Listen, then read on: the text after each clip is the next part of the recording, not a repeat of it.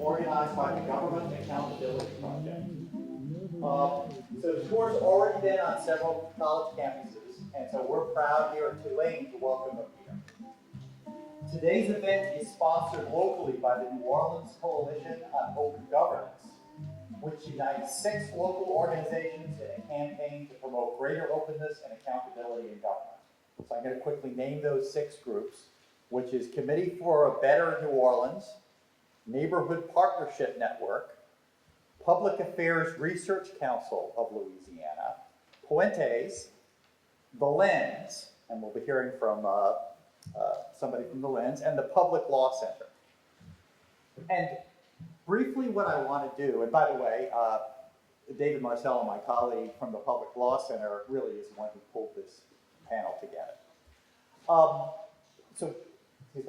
So what I'm going to do is quickly tell you who the speakers are, and we're going to leave the speakers out of the audience until it's their turn so that they get to see each other's PowerPoints. So just to be confusing, I'm going to introduce the speakers in alphabetical order, even though they will actually speak in order governed by the agenda.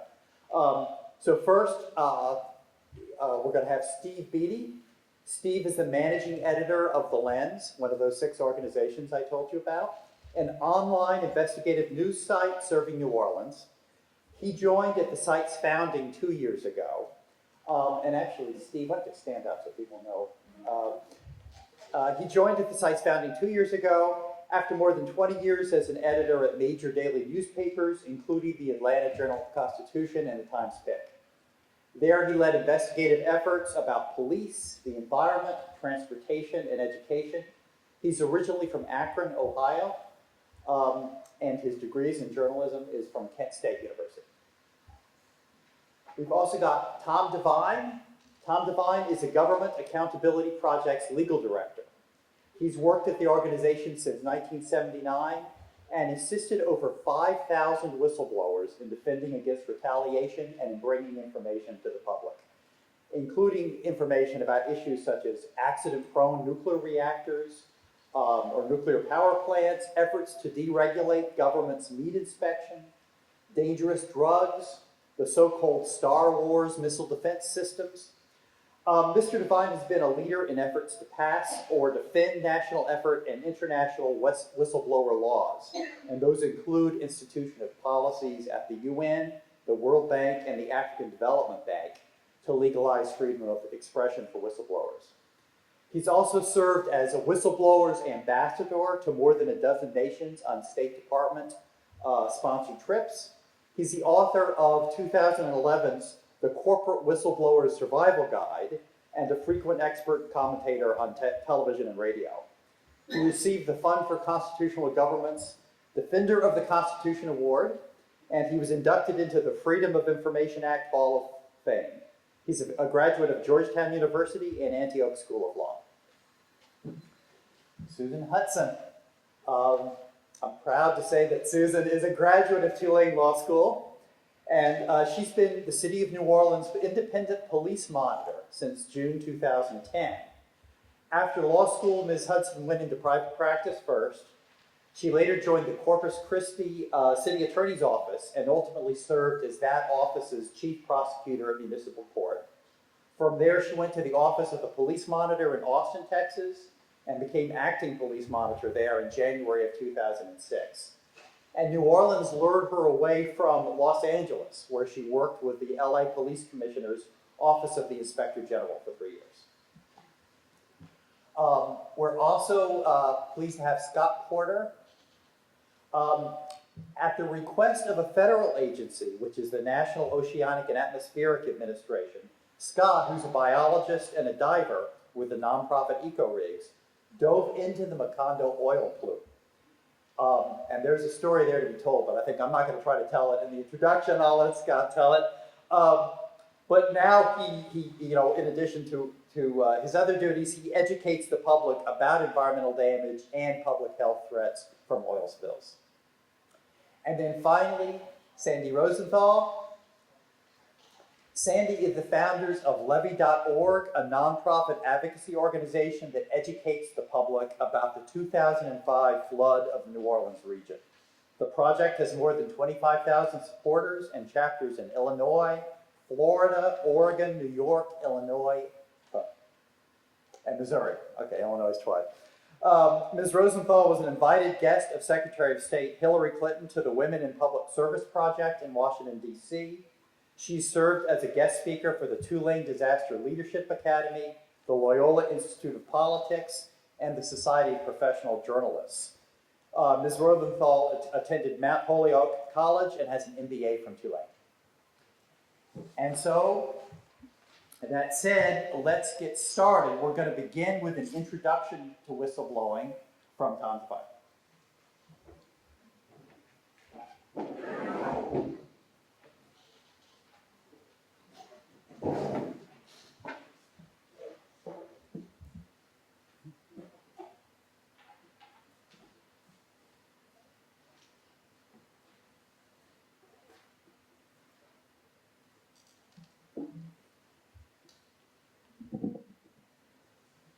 Thank you very much, Adam, and I want to express a deep appreciation to Professor Marcello and to Tulane University for honoring the Government Accountability Project with the chance to participate in sponsoring this forum.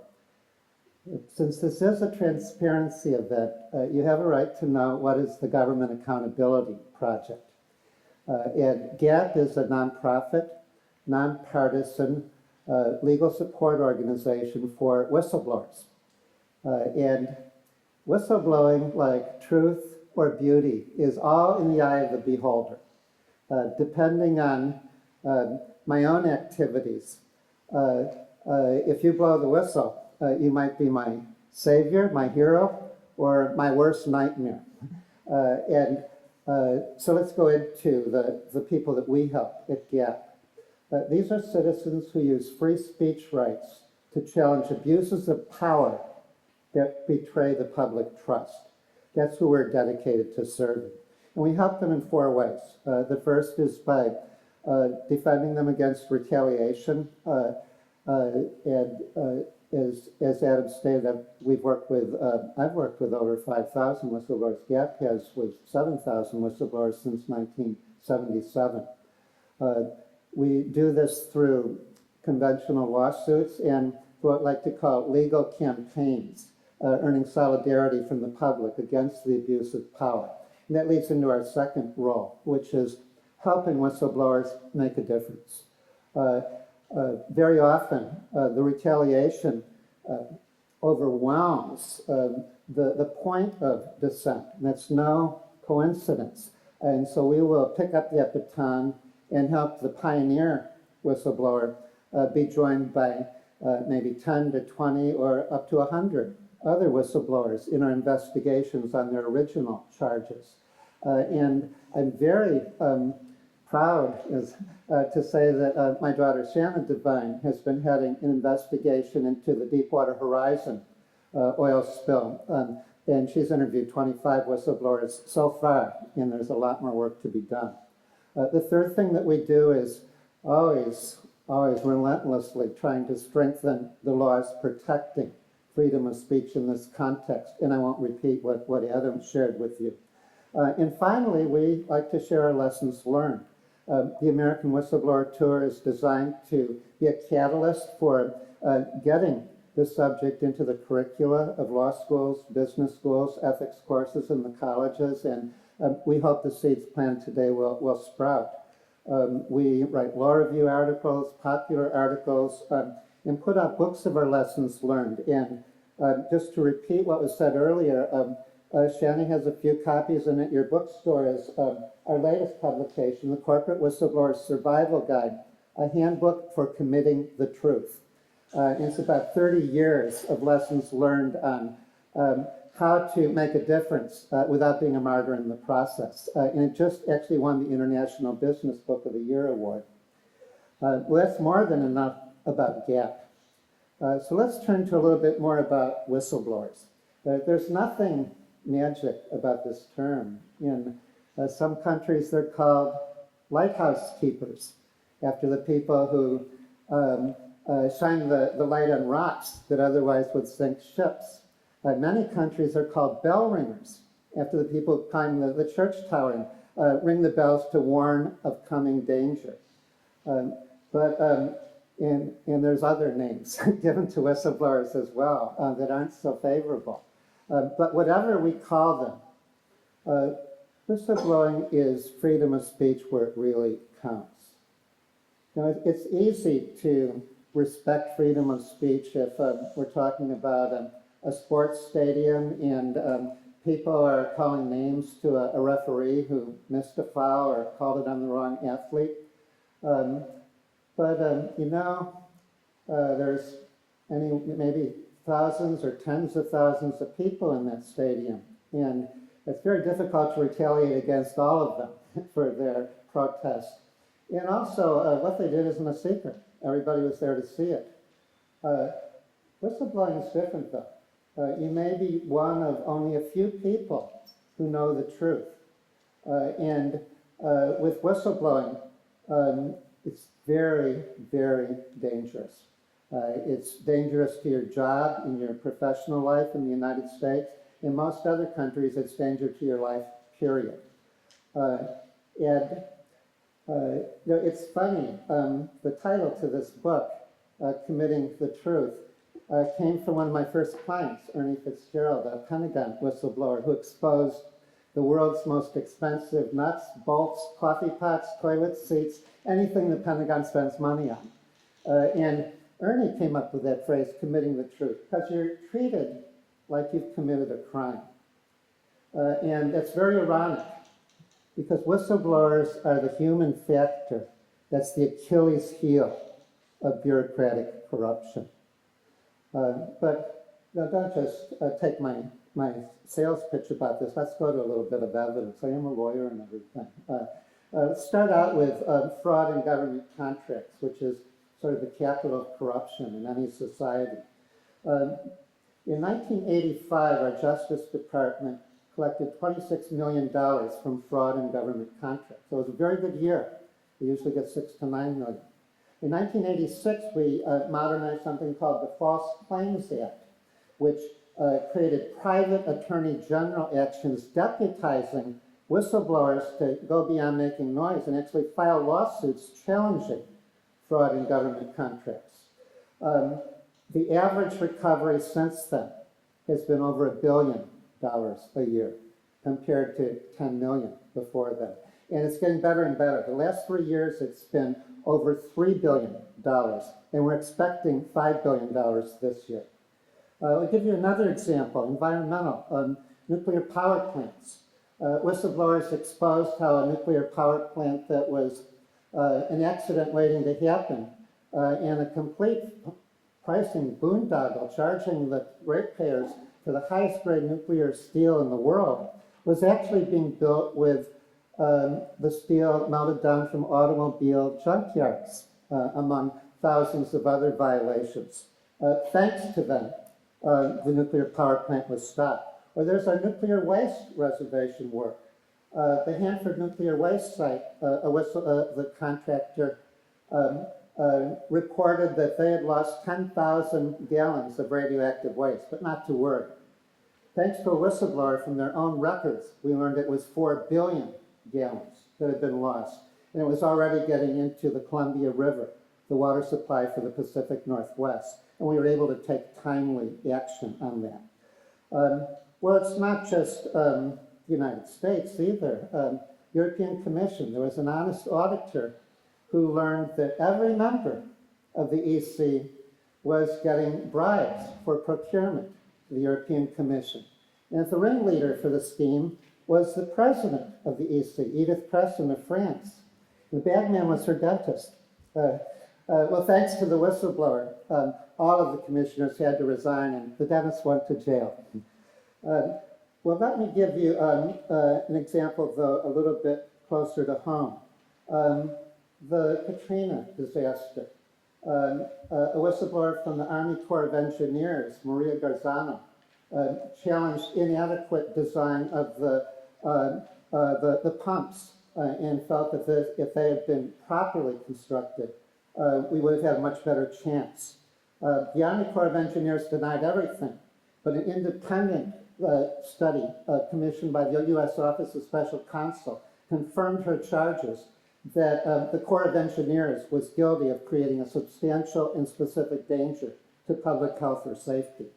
Our latest investigation here in New Orleans is on the Deepwater Horizon spill. This is, to me, I've been doing this for 33 years. It's the most gut-wrenching investigation I've ever participated in. I think that's my cue to introduce Scott Porter. Adam pointed out his role in the Deepwater Horizon follow-up work, but Scott is a very, very accomplished expert. He's a marine forensic biologist who for 20 years has specialized in oyster and coral reef surveys. He's a certified biologist for the Louisiana Oyster Task Force, part of the Department of Natural Resources. He's in that role, he's been an invasive coral biologist for Louisiana University's Marine Consortium, where he actually discovered new invasive species. He's a forensic biologist for eco-rigs. Their extensive clients have ranged from the oil industry to the federal government. But their marketability may be in risk because Scott's here to commit the truth today with you. Scott?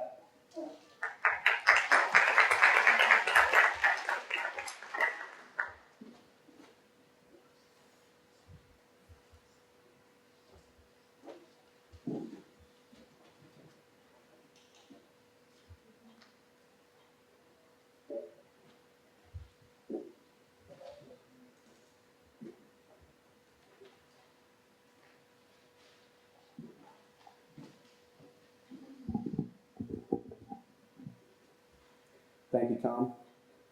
You guys hear me back there? Cool.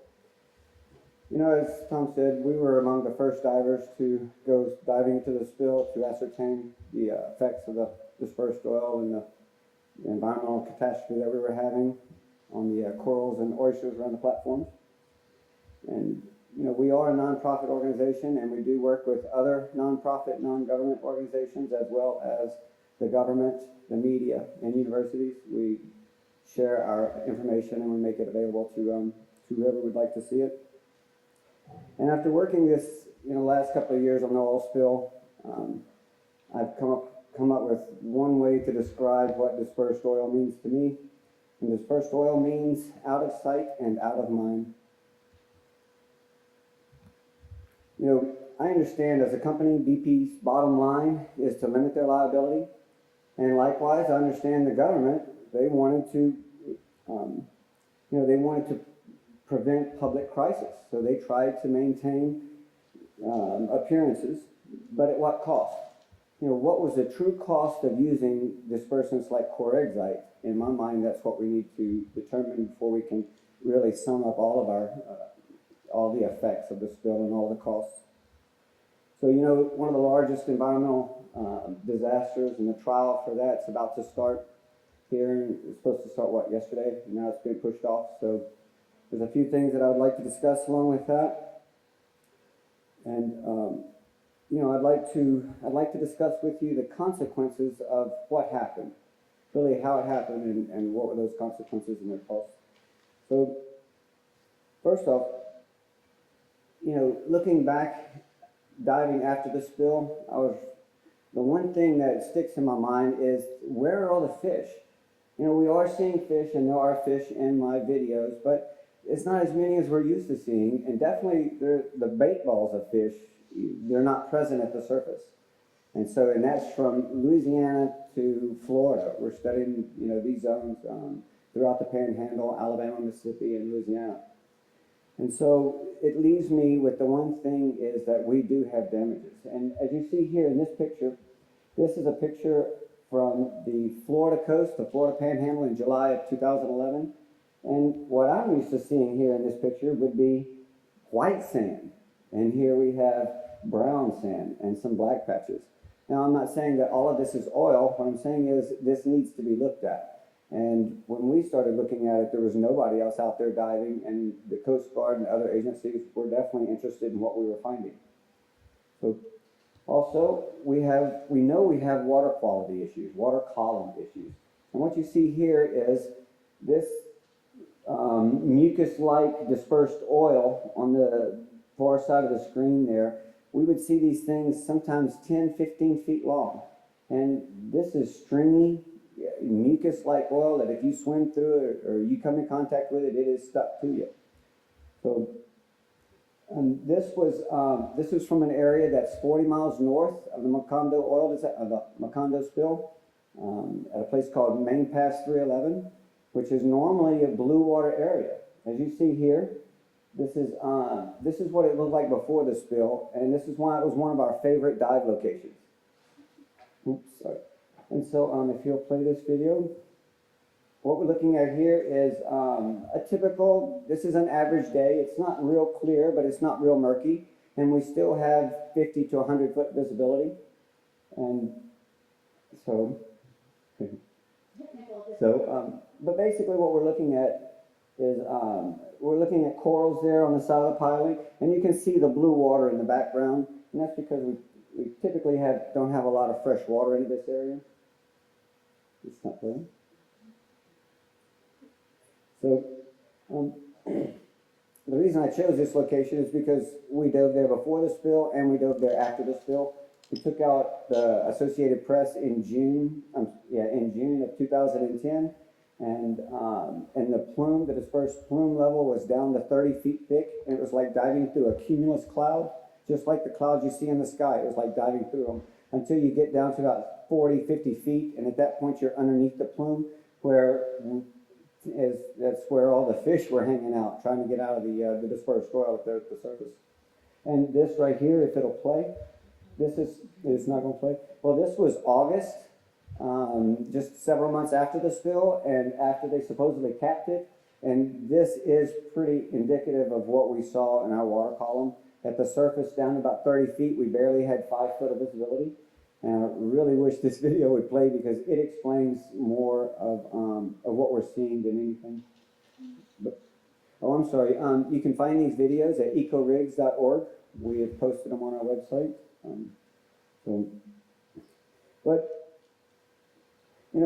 We definitely, from our sampling and our studies in 2010, 2011, we know that we have water contamination and seafood contamination.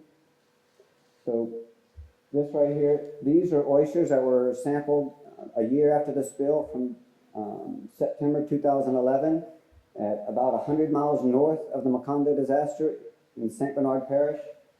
And what you see here on the shells is the same color that we're seeing in the tar patties.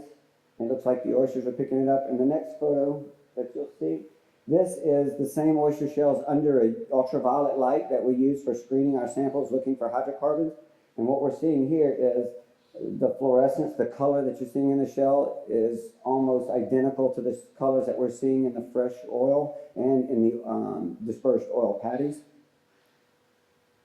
And so this that you see here, this is also in Florida. And normally we would have crystal clear water. We are on what's called the Emerald Coast, but it's usually extremely clear water. And we're seeing the same white haze that you see here throughout the northern Gulf of Mexico for the first, I'd say, at least 30, 40 feet of water, or at least the last time I dove, which was the end of 2011. So, now, it's my personal opinion that there are public health issues. I know myself, after diving in the spill, I had health issues, and when we started asking about what was out there, we were told that corexite, or the dispersant corexite, what they use to hide the oil, that it was perfectly safe to dive in, and that it only had a 90-minute half-life. Well, I'm here to tell you that after a few months of diving in this stuff, my body did not agree. It was revolting on me and about to shut down. And I had extremely excruciating headaches, and these weren't migraines in the front of my head, they were in the top and in the back of my head. We had pneumonia-like chest cold symptoms, burning in my chest, burning in my throat like a chemical burn. I had severe muscle cramps, dizziness, nausea, chronic fatigue. And, you know, towards the end there, July, August, I started having severe vomiting episodes. And so at this point, I had to basically stop diving by the end of 2010. And then luckily LEAN, the Louisiana Environmental Action Network, in January of 2011, helped to screen my blood and found that some of the same chemicals that we were worried about in the oil spill were now present in our blood, in my bloodstream, and above the 95th percentile level. So, which, you know, at this point, we started sending out an SOS to other diving community, our friends and our colleagues that are diving out there, and trying to raise an issue about the potential dangers of diving into dispersed oil plumes.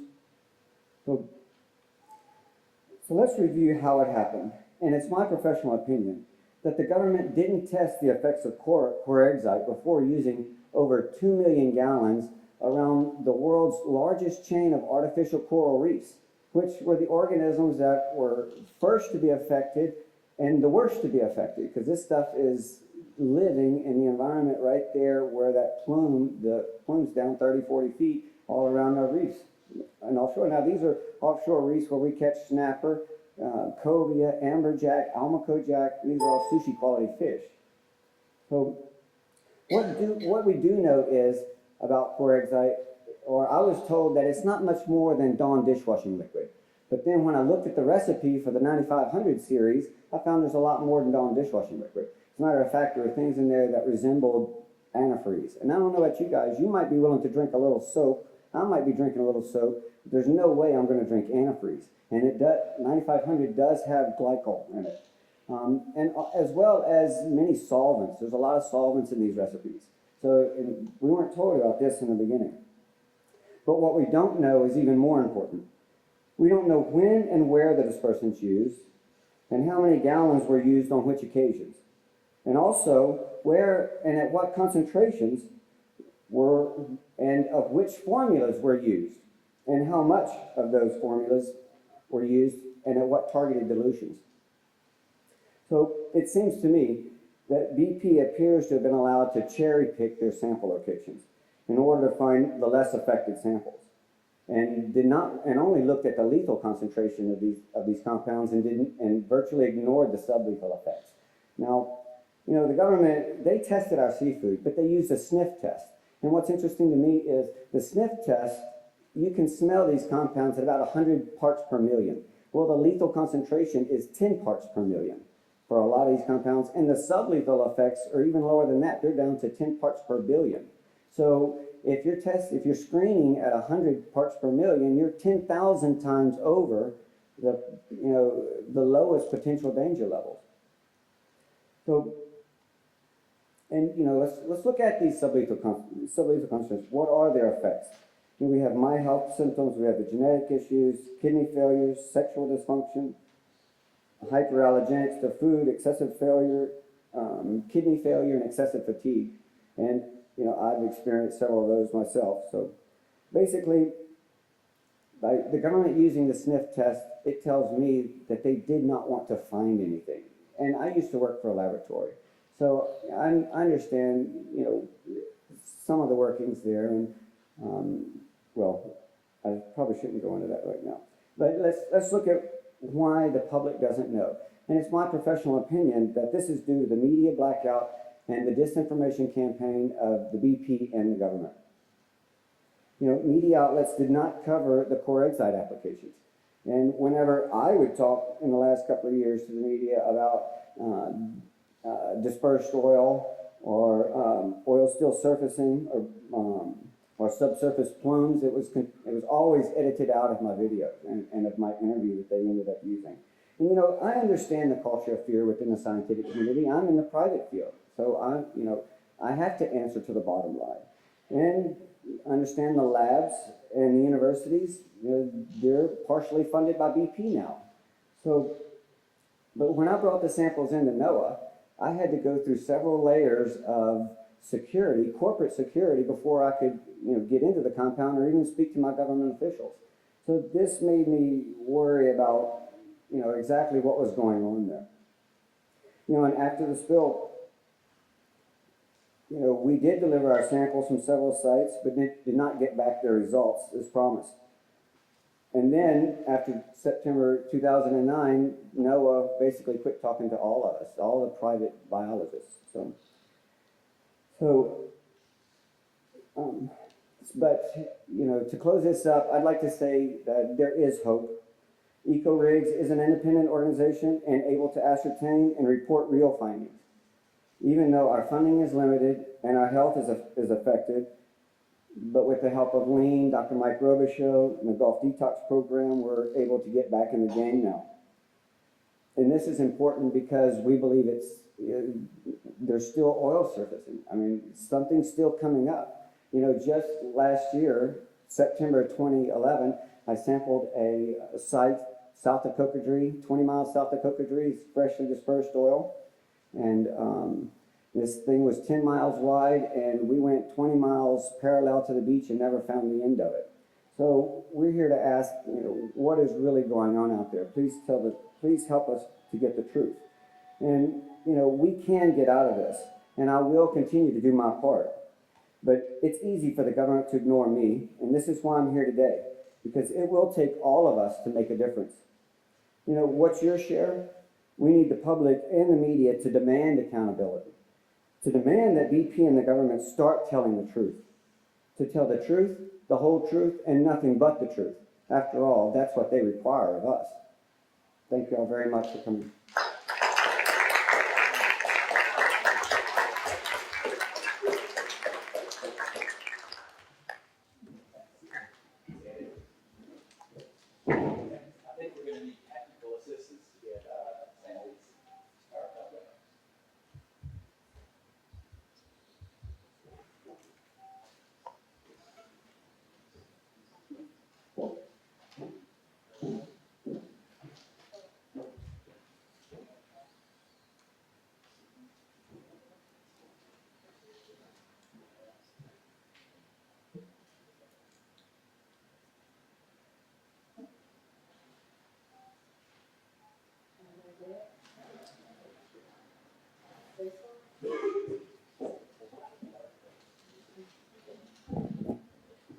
Good afternoon. Can y'all hear me okay in the back? All right, okay. Wow, what a tough act to follow. I had to pick up my jaw off the floor to walk up those stairs. But thank you very much for that. That's important information. We all need to know it. So I am Sandy Rosenthal, founder of levies.org. And it's true. Anyone can whistle. As long as you're a citizen of this United States and you're here in this United States, anyone can whistle. Just a little bit about our group. Levies.org was founded right after Hurricane Katrina with a mission of education about why New Orleans flooded. I started the organization with my son, who was barely more than 15 years old at the time. We felt we needed to tell America the facts about the flooding here in the city of New Orleans. The flood was due to levee failure, not Mother Nature, not a hurricane, not Hurricane Katrina. And responsibility for the levee failures, both legally and factually, belongs to the federal U.S. Army Corps of Engineers. Why is that important? Well, if New Orleans was destroyed by, or almost destroyed, by a hurricane, it doesn't make much sense to rebuild. Satire is a very effective way to communicate and draw attention to engineering failures. So our group decided that if we crafted a clever video, then maybe we could bring attention to our cause. And we decided to enlist the help of an AP government class at Newman School, where my son goes to school. After all, everyone loves children. I'm going to tell you just a little bit about the video before I show it to you. That way you can get maximum pleasure from it. You'll really understand what it's about. After the flood, the White House ordered the Army Corps of Engineers to investigate the levee failures.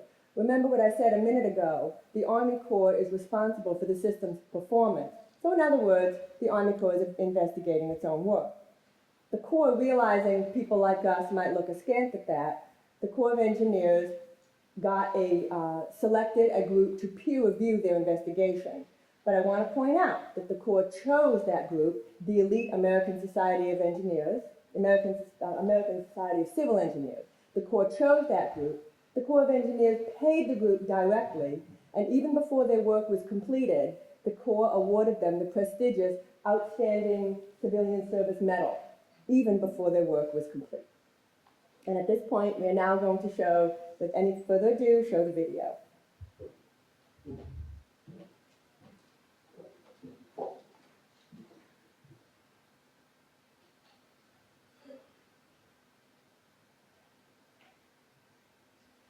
After the levees failed in New Orleans, the people responsible for making the levees, The U.S. Army Corps of Engineers, investigated themselves. Hey Bob, how the levees look? Looks good to me. But recently it was discovered that the organization trusted by the White House To make sure the reports were valid, were in fact controlled by the Corps. And they lied about the death count. So who's in charge of finding out the truth about the levees? the Army Corps of Engineers asked the American Society of Civil Engineers to handpick some members to find the truth. Then they paid them nearly $1 million and awarded them medals of honor. Way to go, guys. So who's in charge of making us safe? The same Army Corps of Engineers. Please support the 829 investigation so this nonsense can stop. Go to www.levees.org to demand the 829 investigation.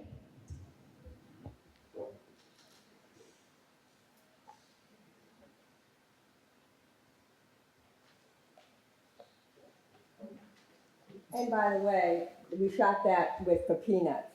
We shot the entire thing in one day, and it was edited and filmed all in one day. Okay, so it doesn't take money to blow the whistle. At a Saturday morning press conference, we announced that we had created this video, and then the following Monday, we uploaded it onto YouTube. With the assistance of the Newman teachers who took advantage of their contact nationwide, this video landed on the top of the YouTube charts. It got 14,000 views in just a couple of days and 25,000 views in 1 week. This launched the video to the top of the YouTube charts. It garnered 20 honors, including most viewed. Now, I need to point out that this is November 2007. To do this today, to get to the top of YouTube charts today, you would have to be Drew Brees. Okay, but back in, like I said, in 2007, that was still possible for a small group like levees.org. 5 days later, on a Saturday afternoon at 3 o'clock, I looked at my email and I had this letter in my inbox.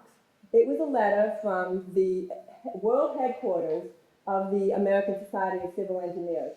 I had this circled in red, and it didn't come through somehow when I grabbed it and pulled it into the PowerPoint, but I can read to you, and you can help me. The purpose of this letter is to demand that you and your group immediately and permanently discontinue publication of the defamatory video entitled New Orleans Levee Spin 101. Here's the second page. Let me draw your attention to the final sentence. Should you choose to ignore this letter and continue to disseminate this defamatory material, please be advised that ASCE intends to take appropriate legal action to protect its interests. Ladies and gentlemen, this is a perfect example of a lawsuit that is designed to chill public participation on a matter of public significance. This is hard for me to believe, but these adorable children were all afraid they were going to be sued. Okay? Do you imagine how angry that makes me? Mrs. Lloyd Bush is the woman all the way over on your right. Temporarily, the tactic worked. I don't know if you know, I didn't mention, but that letter was also sent to Newman School. And not wanting to embroil Newman School in a lawsuit, we temporarily took the video down. Had we been singled out alone, levees.org, knowing us, we probably would have stood our ground. But again, we took it down and temporarily it did work. But the plan backfired. Other media quickly reposted the video under the cover of news, including Rudy Vocapic's satirical magazine, The New Orleans Levy, and the New Orleans Times-Picayune. And of course, this brought even more attention to the video. And of course, the bloggers had a field day. Okay.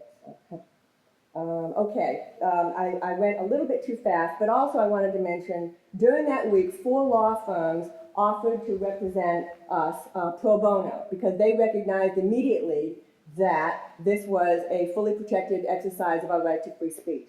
So, flanked by these 2 law firms, we uploaded the video back onto YouTube about 3 weeks later. And the result is, the children became overnight local celebrities, and the American Society of Civil Engineers became a laughingstock.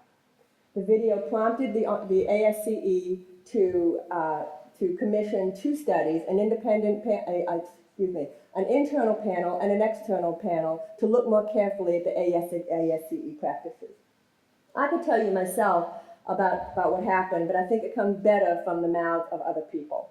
Quoted by Alan Gutierrez with the blog Think New Orleans, now Sandy Rosenthal is back on every news channel in New Orleans, and a stunning own goal on the part of the ASCE, and they don't even know it. Quoted by Mark Folse from the blog West Bank Guide, apparently the ASCE takes umbrage at the video for pointing out that the Corps paid ASCE close to $1 million for the study. They don't deny it, they just take umbrage. The result of that internal investigation, the ASCE announced that the Society had made false statements in a 2007 press release that gave a misleading impression that civil engineering failures were not the cause of the flooding. The result of the external investigation, by the way, conducted by Congressman Sherwood Bollett, Republican, New York, cited a conflict of interest by the ASCE and admonished the organization to discontinue allowing its peer review team to be paid directly by the organizations whose works they're tasked to investigate. It also decried the muzzling of investigators while they were doing their work.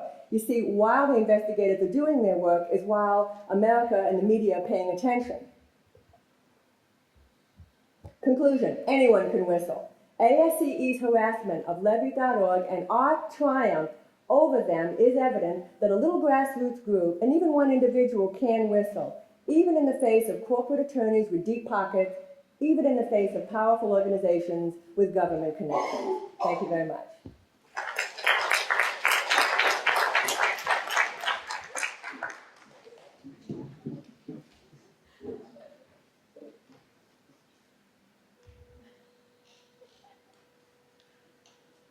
And next is our police monitor, Susan Hudson. And I think we need help again to get the PowerPoint.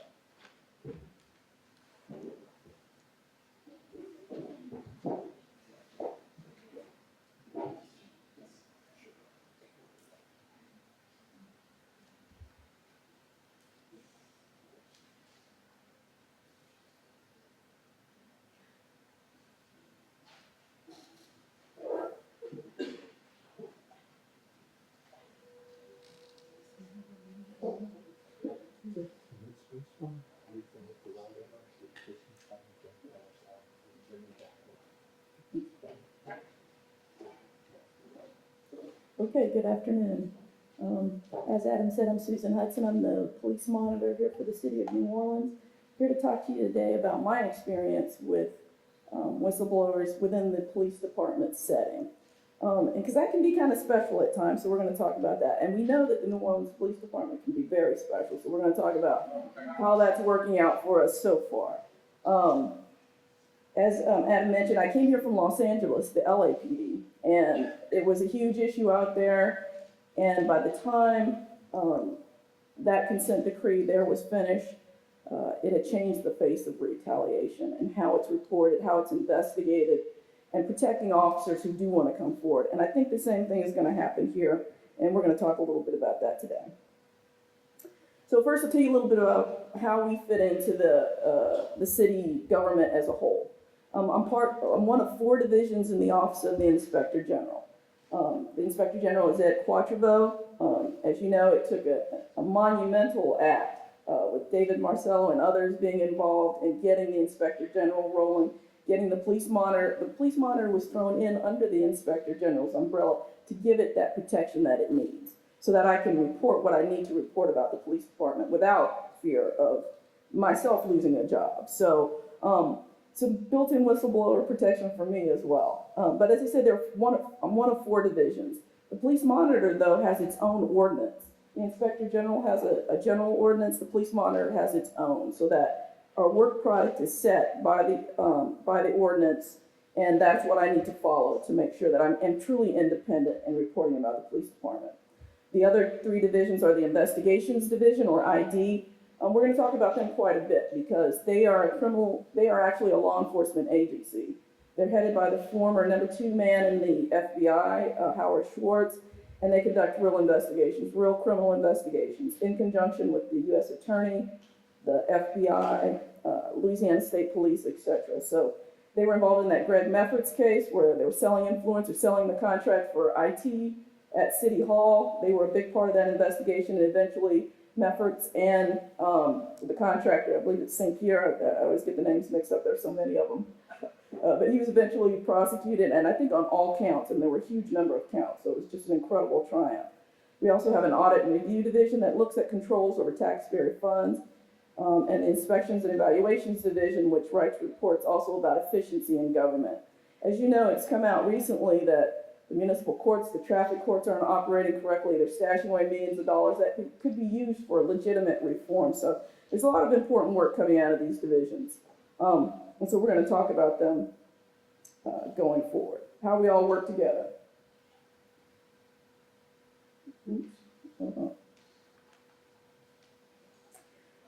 Let's talk a little bit about what we do. So we have a memorandum of understanding with the New Orleans Police Department that ensures that we get access to information.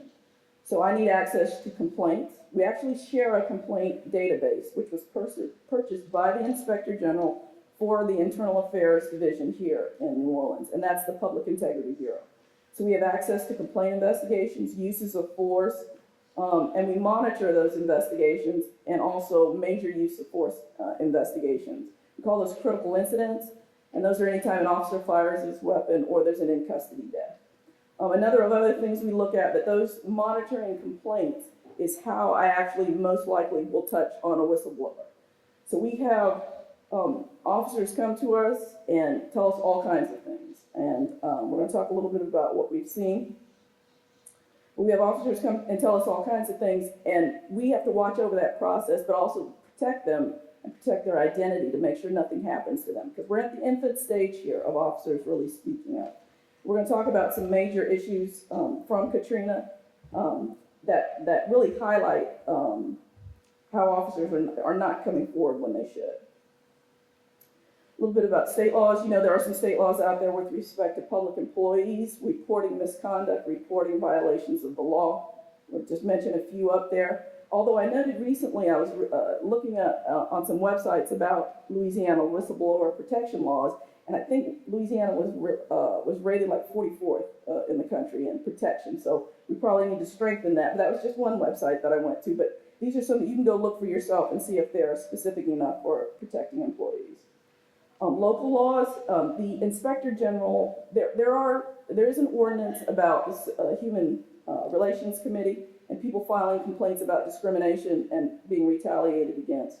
But we're going to talk in the context of employees speaking up about allegations about what's going on in the city. So the Inspector General's ordinance touches on employees coming forward. In fact, employees have to cooperate with the Inspector General or they're most likely going to lose their job. So they're required to do that, and then there's protection in the law that says that nobody's supposed to take any actions against them when they do step forward. And we have a lot of employees coming forward. The Inspector General looks at the entire city. All I do is look at the New Orleans Police Department. Let's talk about NOPD policy. If you want to hold people accountable for retaliation against whistleblowers, you have to have a strong policy. We just don't have that here yet. There are kind of a hodgepodge of policies out there. There's a grievance policy. There's a policy against retaliating if you file a sexual harassment claim, but no very strong policy that says there'll be zero tolerance for retaliation. And we need something very strong here in New Orleans to protect officers who do want to come forward. There needs to be major disciplinary action, most likely termination if anybody retaliates and it's proven. And it's difficult to prove, as you all know out there. It's very difficult to prove, especially in a department that's like a family, and they're all interconnected, and they all know a lot about each other, and there's just a lot of ties that bind. And then we have to train on it and widely disseminate this new policy that we need to get out there so everybody's on the same page. So what do?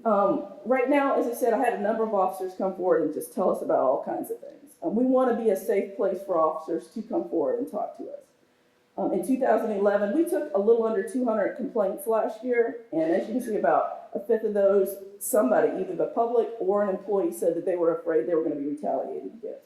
So we keep track of these cases so we can monitor them and review them, review them to see what's going on here, and so that we can make recommendations to the department about those who are afraid of retaliation. In some of those cases that came in, we had numerous officers come and talk to us about the traffic cam case, for those of you who are familiar with that. That's an ongoing criminal investigation within the Inspector General's office. We've had complaints about officers dealing drugs, other officers telling us about that, about sexual misconduct, about falsifying reports, whether official reports, as we saw in Glover and Danziger, or other types of reports that they're writing, workers' comp, you name it. We've seen a number of complaints about officers falsifying information. And those are, again, usually criminal investigations. And then issues about problems with evidence and property. And if you kept track of the New Orleans Police Department, you know there's been headlines about that. Money was stolen from the evidence and property room, property went missing, etc. So we've heard some of those same things from employees as well. We try to make sure that we keep employees anonymous to the extent that we can. If we're cooperating with a law enforcement agency who's prosecuting, then they probably need to know a name, but for the most likely, people can just tell me, and then I'll make a report, or I'll file a complaint, or I'll look into the issue so that they don't know who's actually asking me about this. Because again, there's very real fear of retaliation out there. David asked me to try and find an officer who would come forward today and speak today. I went to 4 and struck out. 3 current officers said, forget it. First of all, they have to get permission, and what do you think the likelihood is of getting that? Probably slim to none, because you don't know what they'll say. And that's a legitimate management concern, but at the same time, so is free speech. But then also, they were just afraid. They just flat out weren't going to come. I even reached out to a former officer who doesn't even live here anymore. He's like, forget it. Not coming back to the city, it's not going to happen. So we know this is a very real and scary thing for employees. So we try to make sure they remain anonymous. And we can refer it, as I said, to a number of agencies. We work with the U.S. Attorney. We work with the FBI. I've been in 3 different law enforcement agencies in doing oversight. This is the only one where I have direct access to the U.S. Attorney, okay? I can walk right across the street. His office is on Lafayette Square as well, and walk in the door and get a meeting with him and tell him what I'm seeing and what's going on. The same thing with the FBI, etc. Never had that at any other place I've been. So this is something very special here, and we're definitely taking advantage of that. And then as Adam mentioned, I came from Los Angeles, so I have experience under consent decree dealing with whistleblowers and dealing with retaliation. And we're going to talk about that in just a minute as well. So we talked a little bit about how we need to prevent retaliation here. We need a real policy. It has to be strong. And the chief has to come out and trumpet it from the top of police headquarters. That this is the policy. There's going to be 0 tolerance for retaliation.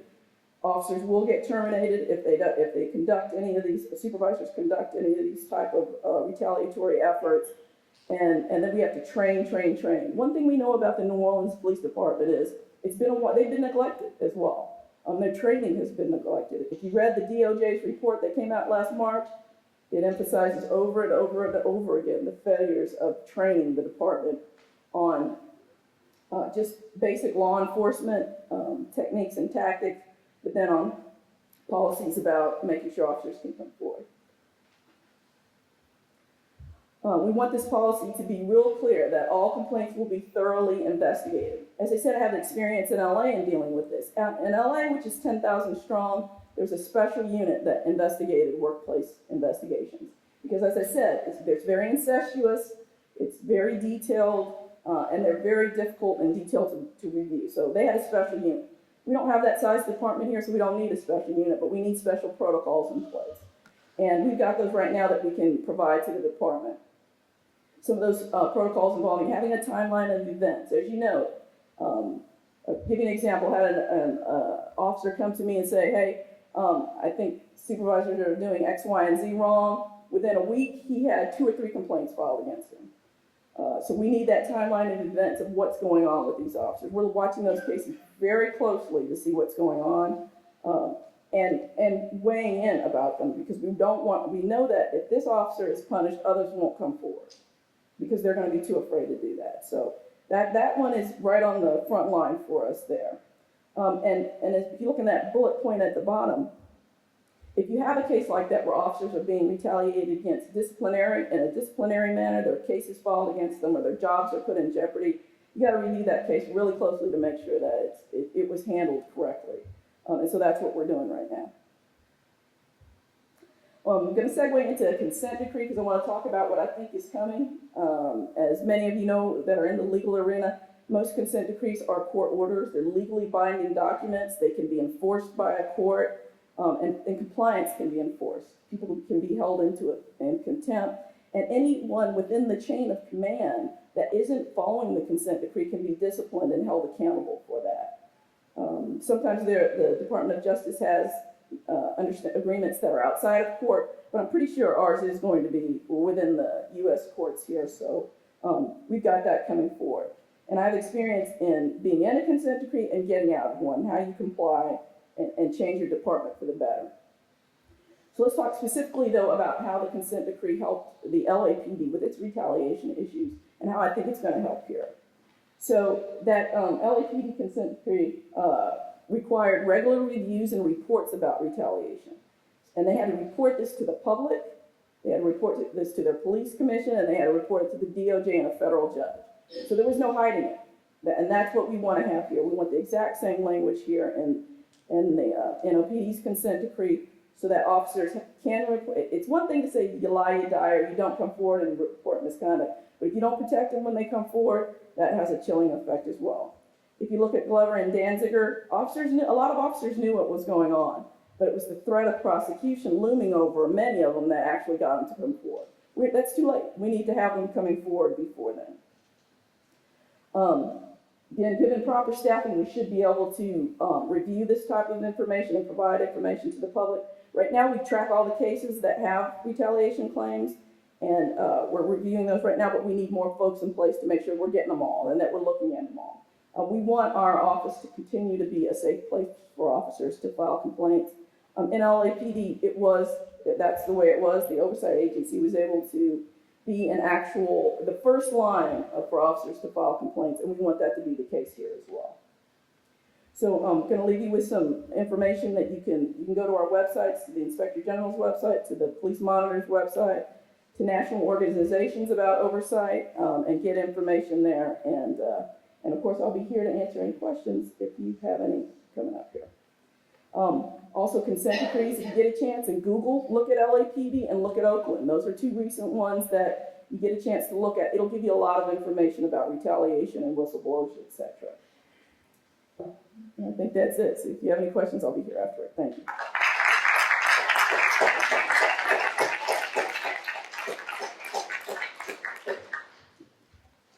And Steve Beatty, the editor of The Lens.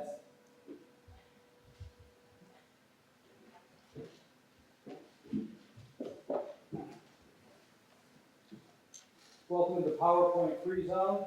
I don't have a PowerPoint. I don't need any AV assistance, so if you don't mind, I'll pace back and forth a little bit. I noticed that Adam's holding up a little piece of paper to give speakers a chance to know when their time is up. So if he starts throwing things at me, that'll be my clue.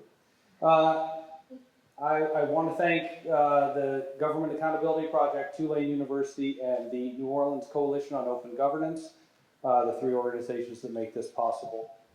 It's critically important that we come here and ring our bells or shine our lighthouse and blow our whistles.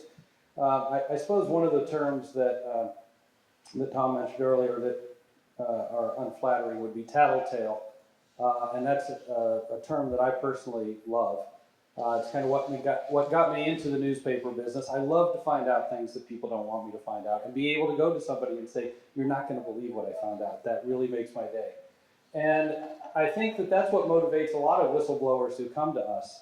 For the whistleblowers that you're familiar with, the ones that Russell Crowe plays in the movies, or that Aaron Brockovich is represented in the movies, there are lots of others that come to the journalists or that come to Susan Hudson and request anonymity to fulfill what it is that they're trying to do. And this is critically important in a democracy and in our society. Sometimes I get frustrated with the somewhat hackneyed cliche of, if I can only reach one person, it'll all be worth it. Well, as a mass media publication at the Lens, that's not what I'm after. I'm hoping to reach a few more than that. But if just one person in this audience decides that they've got something worthwhile to tell and can blow the whistle, you can result in a lot of stories for me, a lot of work for Ms. Hudson, and a change in the city. And I think one of the main points of the Whistleblowers Tour is to encourage you to speak up when you see something wrong. It's not enough to think that someone else is going to step up and do it. You've got to take that responsibility on for yourself. So, as I was saying, I think there's a continuum of whistleblower, tattletale, and investigative journalists. That probably gives me and my ilk a little bit more credit than we should get, because without whistleblowers, we couldn't do some of the most important stories that we've done.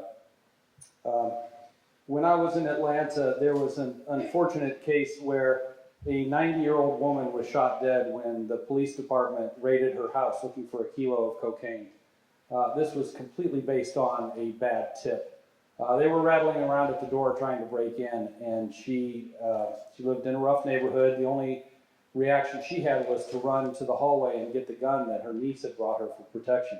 And so when the officers burst in the door, they saw someone at the end of the hall with a gun. They shot and killed her. It turns out that the police later claimed that it was a confidential informant who swore up and down that he bought drugs from somebody who then went back to that house. It wasn't one of these cases where they had the wrong address. The police were very sure that they had the right place. That confidential informant ended up coming to us at the Atlanta Journal-Constitution, talking to us and telling us that was not the case at all. That he was approached by some police after the matter and encouraged to tell his story in a way that didn't really reflect what happened. And our ability to talk to him and to understand that helped drive the U.S. Attorney's case in Atlanta that led to the prosecution of these officers who not only were kicked off the force, but are now spending some time in a federal prison. And again, it's that one confidential informant. This is not the upstanding citizen you might think of. This is a drug dealer or a drug user on the street who was busted at one time and was given a deal by the police that if you rat somebody else out, we'll give you a break. And even that person saw the horrific effects of the lies behind what was taking place with the Atlanta Police Department. And it's really those kind of things that really make it worthwhile what I do. Another whistleblower, earlier Tom was talking about how in 1986 the False Claims Act changed from, I think you said $10 million in money coming to the government up to $1 billion or something.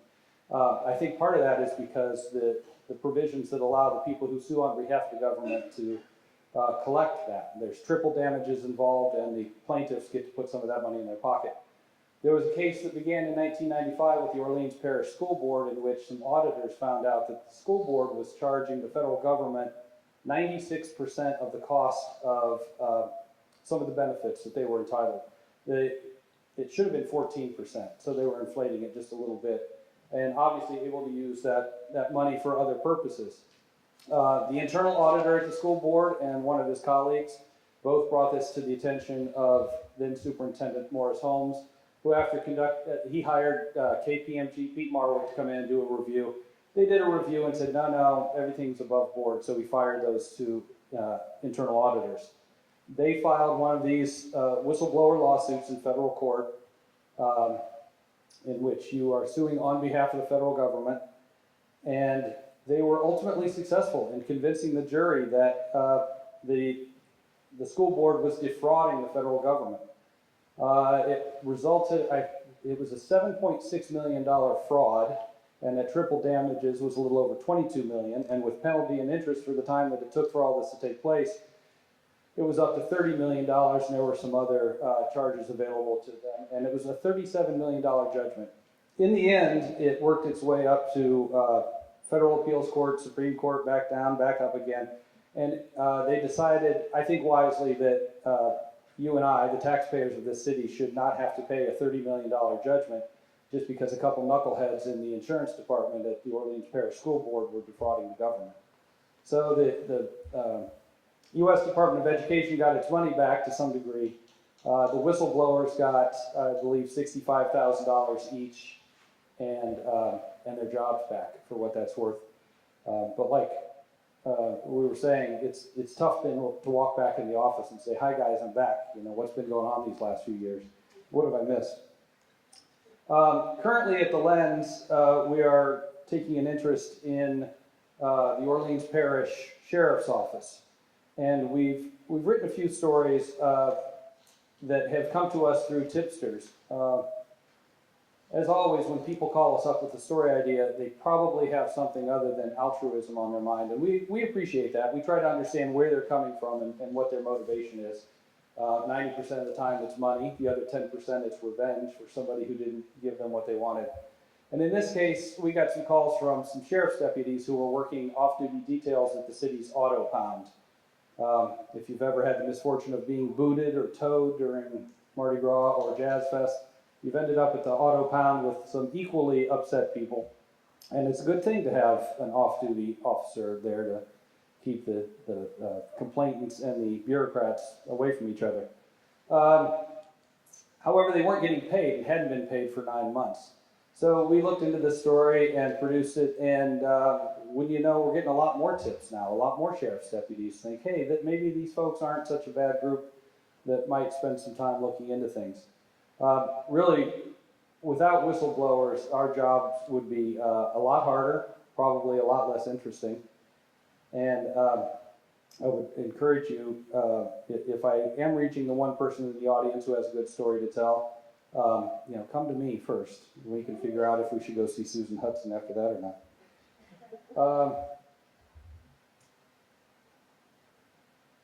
It's interesting how many times we get tips from people in law enforcement or in prosecutor's office, even in the U.S. Attorney's office, who feel that the wheels of justice might be turning a little too slowly for their tastes and might slip us a piece of information.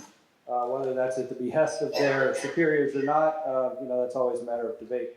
But certainly putting things out there in the public helps things move along a little more swiftly at times.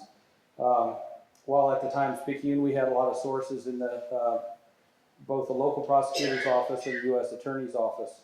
And again, I think these are people who are officers of the court who believe that ultimately good will come of it, but they want to make sure that something comes of it quickly while it's still in front of the public's mind. Pardon me for a moment.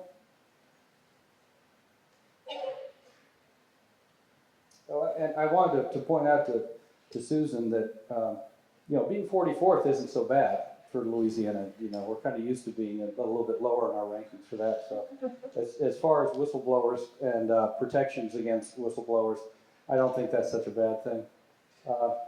And at that, I would like to wrap up and open the floor to questions. I'd rather talk to you folks than us talk to you any longer, if that's all right.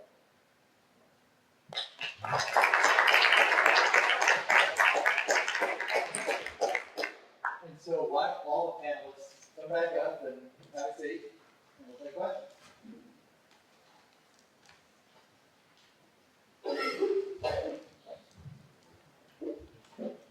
I guess there's a microphone there in the middle.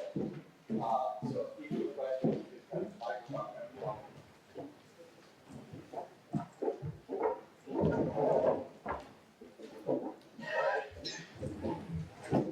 I'll put the microphone to test Adam and just add a little bit of further light on the point that Susan made about being 44th in whistleblower laws.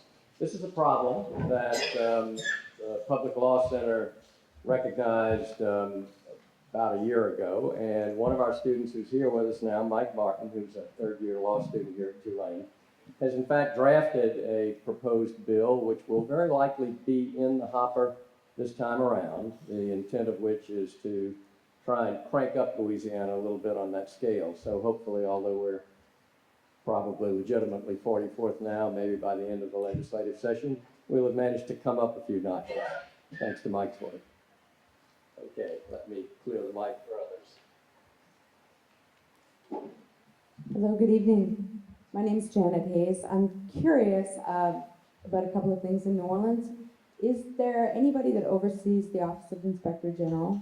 Is my first question. And the second is, what protection do whistleblowers have from being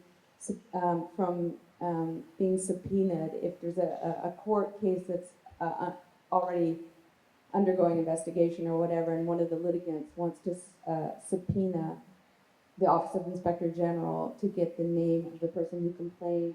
Is there any protection for that? I mean, I know that the documents are confidential according to the Inspector General, and I think they're trying to introduce or amend some kind of legislation at the state level in this next session to make documents or to make that information privileged as opposed to confidential, which gives it an extra layer of security. But say a litigant in a civil or in a criminal court case wanted to find out who the whistleblower was in a particular incident, what protection, legal protection, do they have, and is there any way that can be breached? Okay, so, can you hear me? Is this on? Can you hear me? Okay. So the Inspector General reports to the Ethics Review Board, and they meet once a month in City Council chambers. So if you have issues that you want to report there, you can go to the Ethics Review Board. And then second, we have the Inspector General's office also has its own general counsel outside of the city's attorney's office, so that we can fight against having to release that. If court orders it, of course, we'll have to comply, but we would fight that tooth and nail, and we do have general counsel to do that. And I'd also like to point out that, we watch over the Inspector General's office. Everybody in this room or anybody in the media.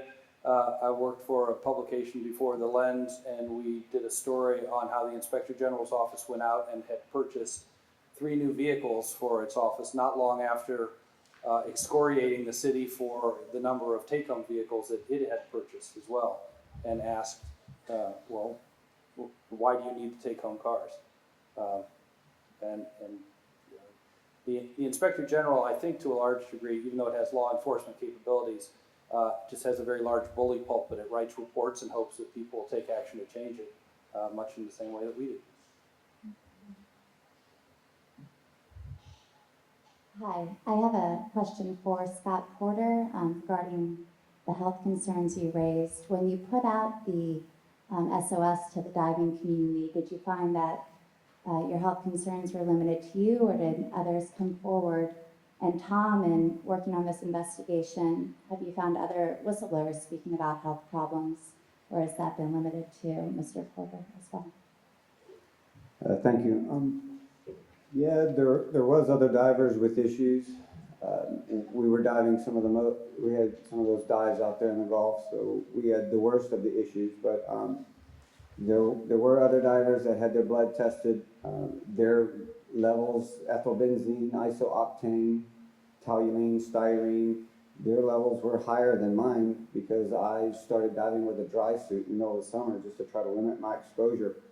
And after, I guess, 3 or 4 months of diving, all of my colleagues had pretty much higher levels of these compounds in their blood than I did. So, but it was well received. There were other divers in that started to inquire. So we've been trying to find out here for a couple of years now. So. I'd like to supplement that. Scott is just one of a large number of whistleblowers, and that's in our strategies. That's because the magic word for getting away with committing the truth is solidarity. The black magic word is isolation. Part of the solidarity is among the other people who are witnesses to an abuse of power. And our job, even more significant than getting laws passed, though it's a very important role in volunteer gap to help Mike's work.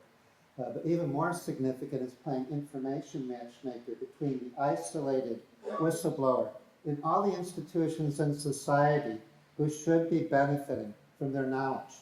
The beach had a solidarity within the labor force. It's easy to say that one or two people are nuts or kooks or they have a hidden agenda, but when you get 40 or 50 or 100 people all saying, this is what I saw, and the only ones who are denying it are the ones making money off of the activity, it's a little bit hard to dismiss that.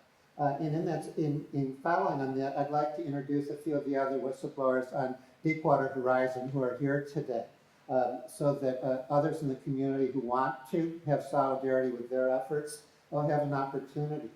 One of them is Jamie Griffin-Simon. Jamie was an employee in the cleanup work. Another one is Kendra Arneson. Kendra is a community whistleblower defending her family against the Corexit, which has medically ravaged them. And another is Sherry Foytlin. Sherry walked all the way from New Orleans to Washington, D.C. To raise awareness about this problem and to give heck to the politicians who didn't seem to be very interested before her trip. And the lifeline for solidarity is people like Steve and other journalists who get the truth out to the public. And in that perspective, may not be so well known, but New Orleans is really a hub of whistleblowing in the United States. One of the other folks who are here today is Randy Fertel from the Nation Institute.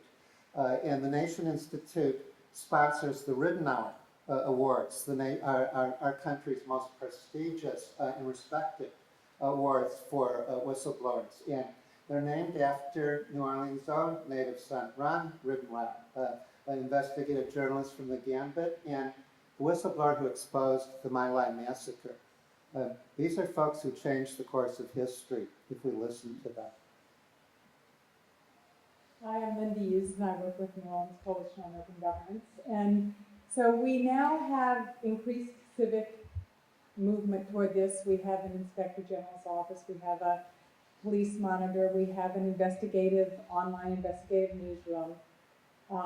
We maybe are going to have some legislation. What do you all each think that we in this community need most pressingly now to really push these issues and to be more effective? What else do we need?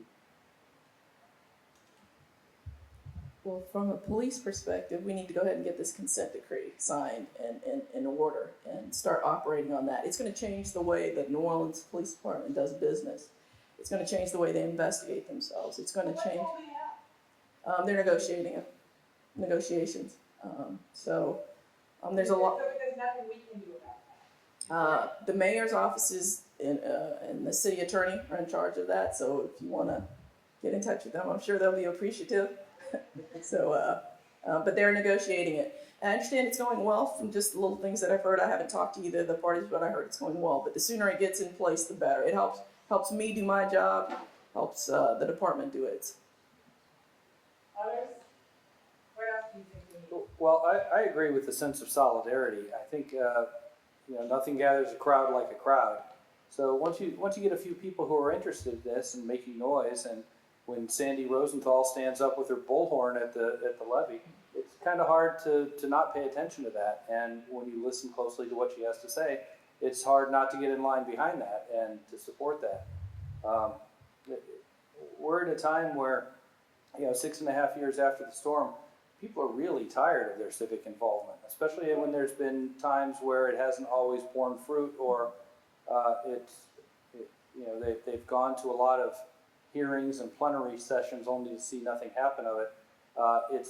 It's time to remind people that their voices still do count, and that solidarity needs to be harnessed and refocused again, because it's not time to give up, because we're not done. With respect to the Deepwater Horizon whistleblowers, there's two things that the community can do. One is to get in touch with the New Orleans Times-Picayune and ask them, demand that they start recognizing the reality of what the oil spill has meant for the lives of the citizens in this area. And on a more targeted level for folks in this room, talk to the people that I introduced you to after the program is over during the reception, and get in touch with organizations like the Louisiana Environmental Action Network or the Gulf Rescue Committee, who are in this for the long haul and very dedicated activists defending the community. They can't do it without your help.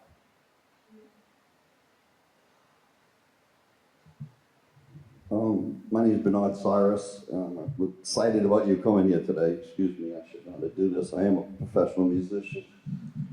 All right, okay. On my backstory, I'm a musician. I'm a working musician, but I'm also retired from the state of Louisiana. I'm also a former felony investigator and deputy sheriff. And I worked in different departments of the state over my 25-year plus career. I'm also a whistleblower. And I can tell you that there's so much ambiguity in the whistleblower laws. Why are there two laws?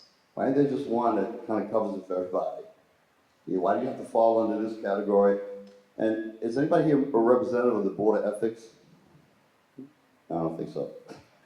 Well, why do you have to report to the Board of Ethics in the whistleblowers in the state when they basically have no teeth, have done nothing, and would do nothing? So whistleblowers, my point being, whistleblowers are left on their own, and that's why they don't come forward.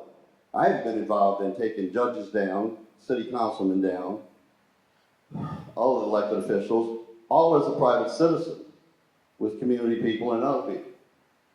The newspaper is not proactive at all. It's very reactive. One of its own reporters was listed on the list of FBI people who might be a political reporter, who might be attached to a certain scandal. It's absurd. And I don't think people want to come forward when they realize they have to go out and get a lawyer, they got to fight, and they get persecuted, and literally persecuted is the word. They will come after you. I've had a state senator tell me that. They will come after you if you go mess with them. They will not come open doors up to you. The bottom line is, you got to do what's right, whether it's benefits you in the long run or not. That's been my philosophy. I haven't gained anything monetarily. I'm not going to talk about my particular situation.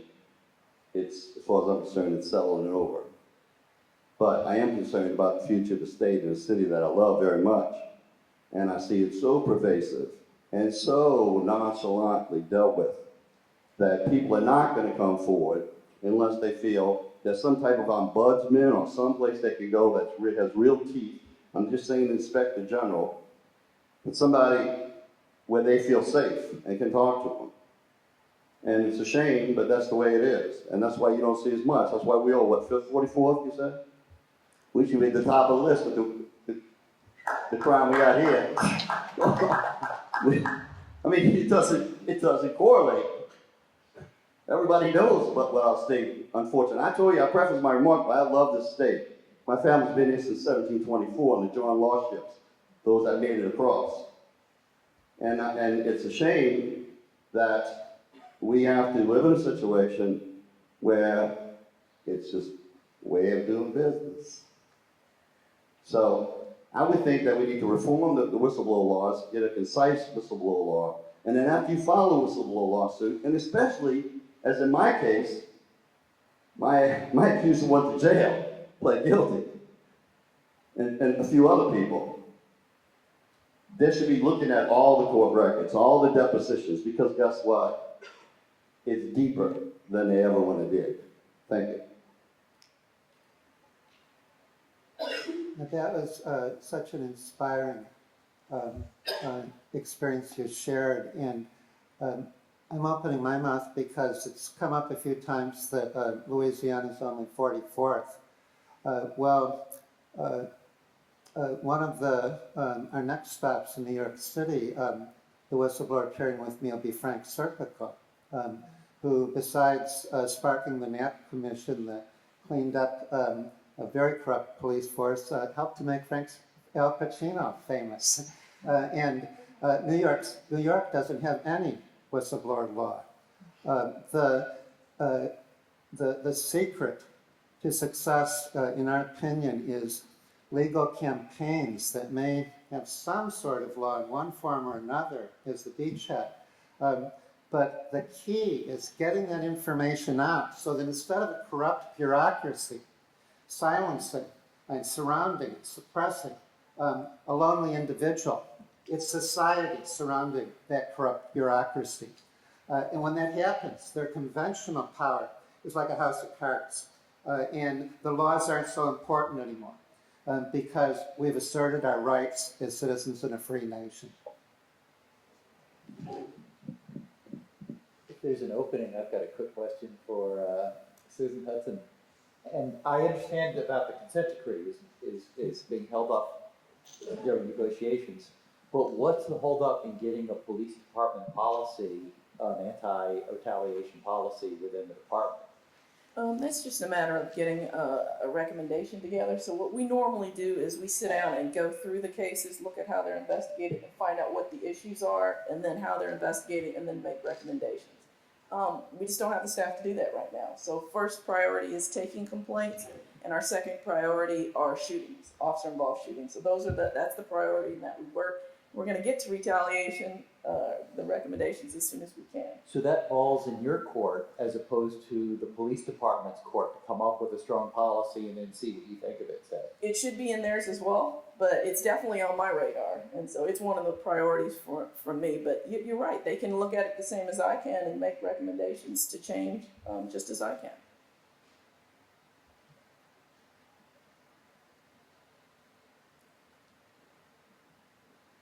Well, there's another opening. I've got a question for Scott Porter. Why do you have corals? Visual aid. No, these corals represent a battle that we've had with the federal government for some time. They're claiming that on one hand they're protected, but they're still requiring the removal of platforms. So these are the only corals that we can pull in this country that aren't literally protected. And this gives us a way to start studying the effects of the spill on these organisms. Now this one here, this is an oiled piece. The white skeleton that you see represents the area that was still alive. So this organism was still alive, except for the sponges here on the side and in the back of the colony. And this one was collected from before the spill, and this one was collected after the spill. And you can see what the corals are doing is they're filtering out the compounds into their gut and then pushing the stuff down into their skeletons. Or at least that's what it seems to me. We've had the TPH, total petroleum hydrocarbons, and the polycyclic aromatic hydrocarbons tested, and we are finding these compounds in the corals, and the sponges, and the tunicates.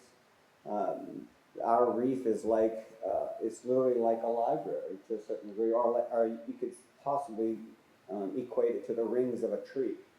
You know, we can look back and these guys will hold these compounds in their bodies and in their skeletons for quite some time. And we could go into the idea of partitioning, which is a scientific term that says the compounds don't come out of the solids as quick as it'll come out of the water and the air. So once the compounds are in the reef material, they're there for quite a while. Going just a little bit more broadly, how does your experience correspond to kind of the oil is gone narrative, which is what, I mean, did you see the Wall Street Journal article of the, confirmation that the oil is gone and because of the unique microbes in the Gulf of Mexico and the washed-up type environment, et cetera? You know, that was one thing that was important about the video. The video shows a dispersed plume down 30 to 40 feet, some cases even 50 feet deep. And these clouds are so thick, they're literally like the cumulus clouds in the sky. That's what we're swimming through. And there are some areas that are cleaning up to a certain degree, and then we can go back to those areas on bad days and find this stuff still coming through in clouds. But the point is that no matter how clear the water is, it's still in the reef. It's still going to recontaminate the water. So it might have clear water coming by, but as long as it's still in the reef, it recontaminates the water column and the fish, the microbes. So, so for them to say that it's disappeared, it's hard for me to believe it. I mean, I'd like to see them come out and test the same waters that we're looking at. Look at these reefs, the reefs that are out there. Have them do the analytical calculations to determine how long will it be in these reefs. But right now, they're not even looking at this. So to them, I guess it is gone. If you're kind of broadly looking over something, it's like shoving something under the rug, but scooping it under the rug. Out of sight is out of mind unless you're in the water column. Once you're in the water column, well then it's not out of sight anymore. So I don't, that article, I'm not sure they're looking underneath the water surface. So if that answers your question. No, it's helpful, thank you. Scott, have you tested any of the reef fish like the greater amberjack, mangrove snapper, red snapper, any of your big fall fish like the blue runner, hairyback, stuff like that? And the reason I'm asking is because all of last year, as we fished in the federal fisheries, we found the mangrove snapper, red snapper, pompano, greater amberjacks, large king mackerel with black sludge inside of their stomachs. And when we gutted the fish, it's actually eating holes in the sidewall of the stomach and they go into the meat on top of some of the fish with the lesions all over them. Can you elaborate on the testing of any of those species? Yeah, we've heard. What she's wondering about is the effects on the fish. The mackerel is one of the worst for picking up compounds, and there were recommendations to not eat mackerel because they tend to it biologically accumulates in their body so much. It's not something that we were able to look at yet. We ran out of funds. We spent our money on our reef samples. Nobody refunded or reimbursed us for any of the studies we were looking at already. But that was one of the things that we were planning on looking at. And then, we've been trying to get in touch with commercial boats that would go out and any fish that they see that's caught to send them into us. And that's really what we're calling for now. I guess you could say, what would we like to get out of this? Well, we would like to get our name out there, ecorigs.org, so that if somebody does see oil on the beach, a sheen surfacing, or that they're getting offshore fish with lesions in the black gut, please let us know. We will come pick those up, preserve the sample, and send it off and have it. If we find petroleum hydrocarbons, we'll have it fingerprinted. So that's, we are asking for those samples now. And will you share that data back Oh, sure. to the Yes. fisheries? Yes. And, it is one of my major worries are the filter feeders out there, the mullet, some of the other fish. They're eating this stuff right out of the water column. And if it's going to biologically accumulate into them, then the higher predators up the food chain, they have the potential for it to biologically accumulate into their bodies. We put 280 million gallons of oil and over 2 million gallons of chlorhexidine, and we believe that there's no effect. It just doesn't ring true from a scientist's point of view. We know there are effects. What are they? Thank you. Hello, my name is Nick Hindle. A couple of quick questions. I heard a story on NPR probably a couple of weeks ago, and it was talking about the difference between corporate whistleblower protection and the law for federal government employees, their whistleblower protection. Basically, it was saying that corporate law or corporate whistleblower protection was pretty good, but those same laws weren't in place for federal employees. So I was wondering if anyone could comment on that. And also I was wondering locally here in the city of New Orleans if people are aware of what are the whistleblower protections for city employees. All right, thanks. Well, I can comment on the first question because it's been dominating my professional life for the last 12 years to overhaul the Whistleblower Protection Act for federal government workers. This was a law that was enacted unanimously in 1989 with great promise. After 4 years of work, and it was kind of like my professional baby. I was real proud of it. But my baby grew up to be Frankenstein.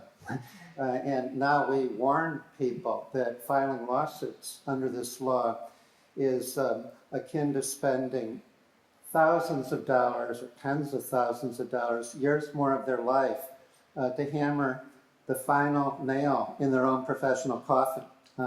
Don't act on your rights. It's the worst mistake you can make, to act on your formal rights.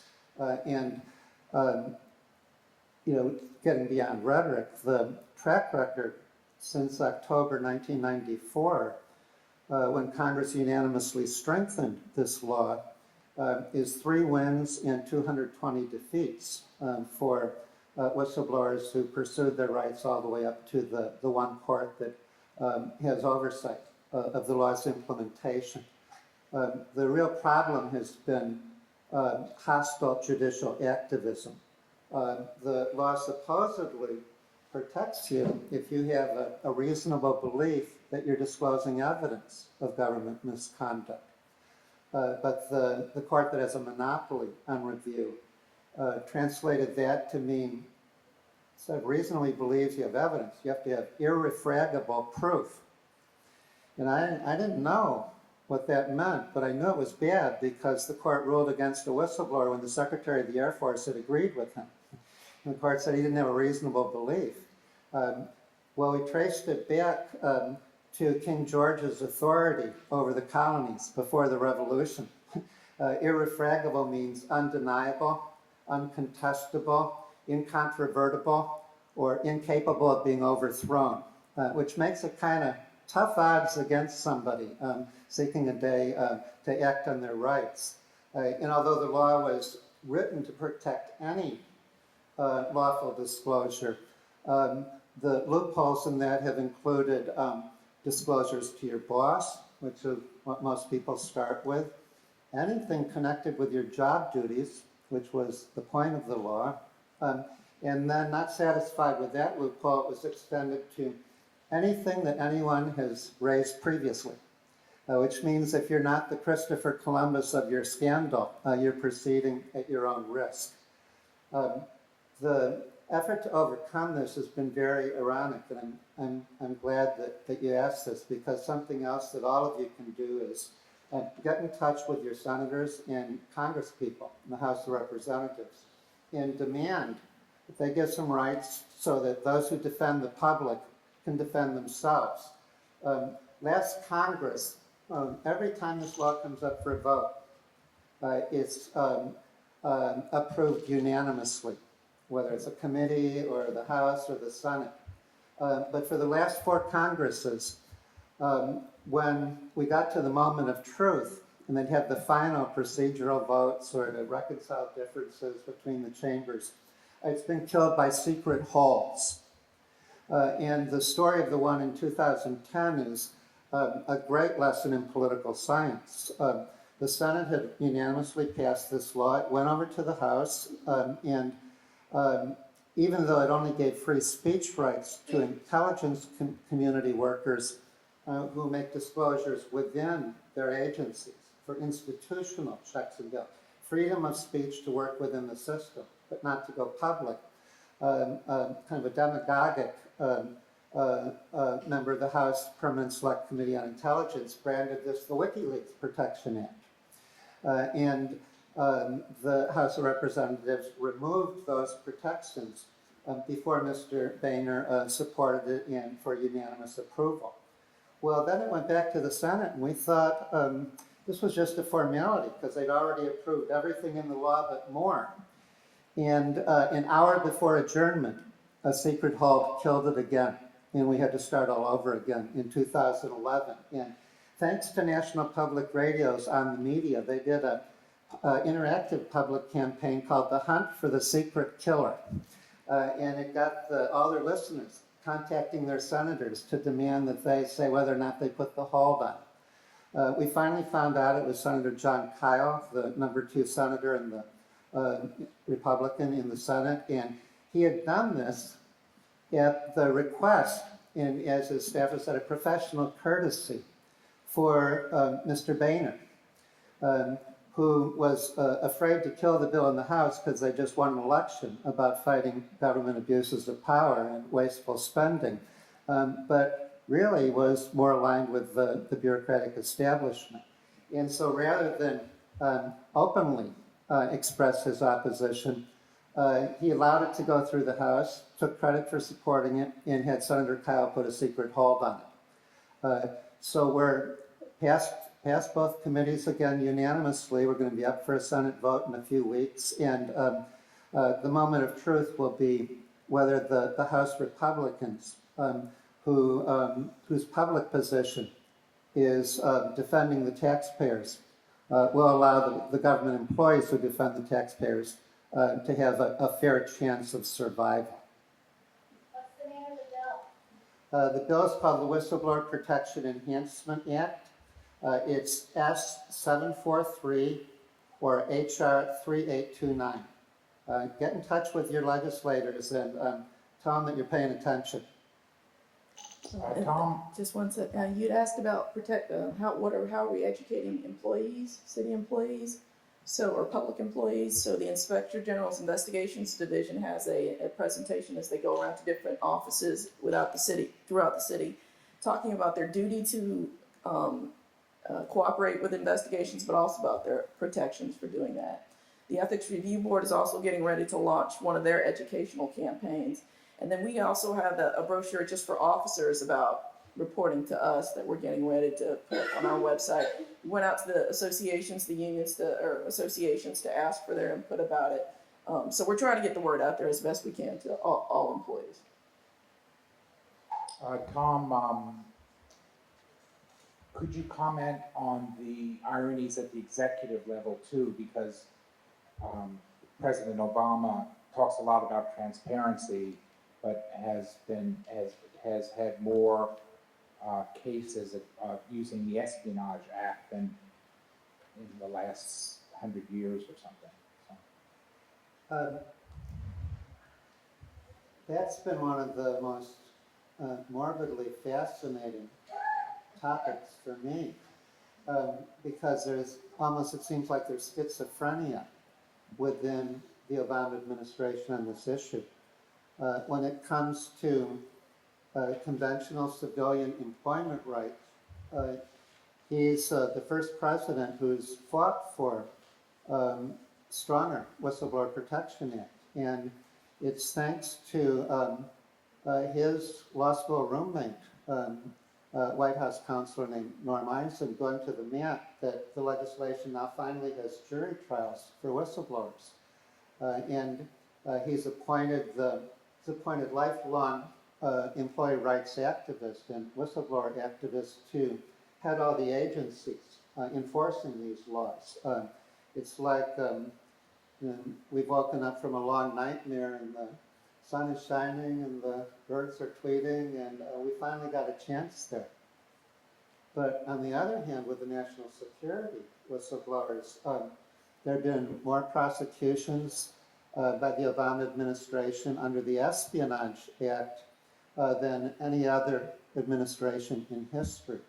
And Jesselyn Redick from the Government Accountability Project has represented a number of these employees.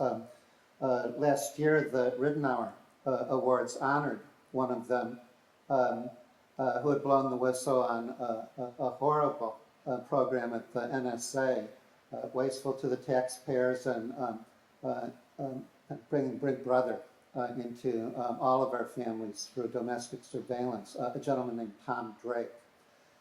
He did manage to stay out of jail, but the Obama administration is prosecuting other national security whistleblowers. So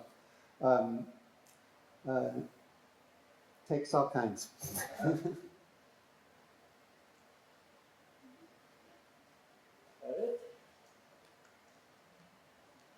Holler up at this microphone and take a moment of personal privilege to thank all of our 5 panelists and our moderator, Aaron Babbage, for having come out tonight, and all of you for being in attendance. And I would like to extend an invitation to the reception, which will be held in the atrium of the law school. A very short walk away from here. We'll be outdoors. It's a comfortable day, and it's not raining in New Orleans.